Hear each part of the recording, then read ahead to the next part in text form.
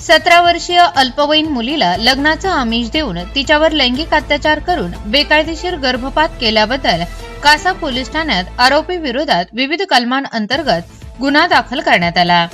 देवीदास ठाकरे असं या आरोपीचं नाव असून त्यांनी पीडित अल्पवयीन मुलीला लग्नाचं आमिष देऊन तिच्यासोबत वारंवार शरीर संबंध ठेवले। यानंतर या अल्पवयीन मुलीचा कासा येथील एका प्रदीप धोडी नामक खासगी डॉक्टरांच्या रमा नारायण या हॉस्पिटलमध्ये बेकायदेशीर गर्भपात करण्यात आला असून या घटनेमुळे पालघरमध्ये सुरू असलेल्या बेकायदेशीर गर्भपाताचा प्रश्न पुन्हा एकदा समोर आला आहे।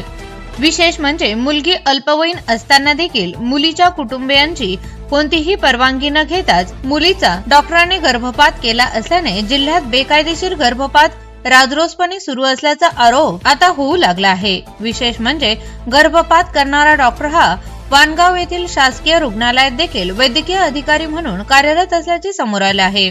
या प्रकरणात पालघरच्या कासा पोलिसांनी आरोपीला अटक केली असली तरी बेकायदेशीर गर्भपात करणाऱ्या डॉक्टर विरोधात पोलीस कारवाई करतात का हे पाहणं देखील महत्त्वाचं ठरणार आहे।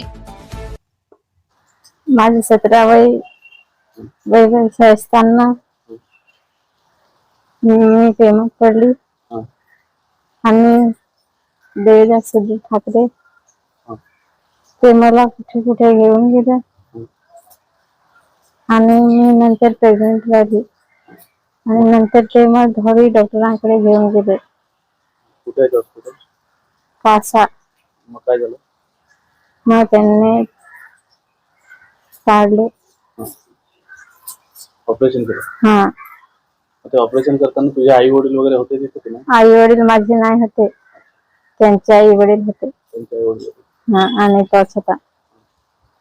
मग आता तू लग्नाला काय करत सांग नाव सांगते का? हा, आता नाही तर ठेवणार असं बोलला। धोडी डॉक्टरने ऑपरेशन करताना तुझे काही पत्र घेतलं होतं, परमिशन घेतली? नाही। तुझी पण नाही घेतली? नाही। वय किती होतं तुझं तेव्हा? 17। 17 वर्ष। हा। काय हॉस्पिटलचं नाव आहे माहिती आहे ना? धोडी हॉस्पिटल।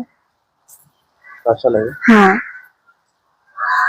आता काय मागणी आहे तुझी? काय पोलिसांनी काय कारवाई केली पाहिजे? केस दाखल केली पाहिजे। त्याला अटक केली का? हा। कासा पोलीस स्टेशन गुन्हा रजिस्टर नंबर 135/2026 BNS कलम 64(2)(ड)69 352 तसेच पोक्सो अधिनियम 2012 चे कलम 4(2) व 8 प्रमाणे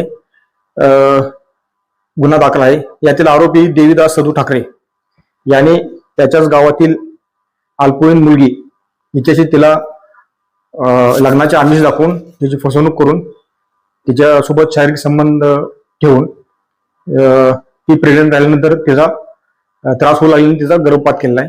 याप्रमाणे सदर आरोपी विरोधात गुन्हा दाखल आहे।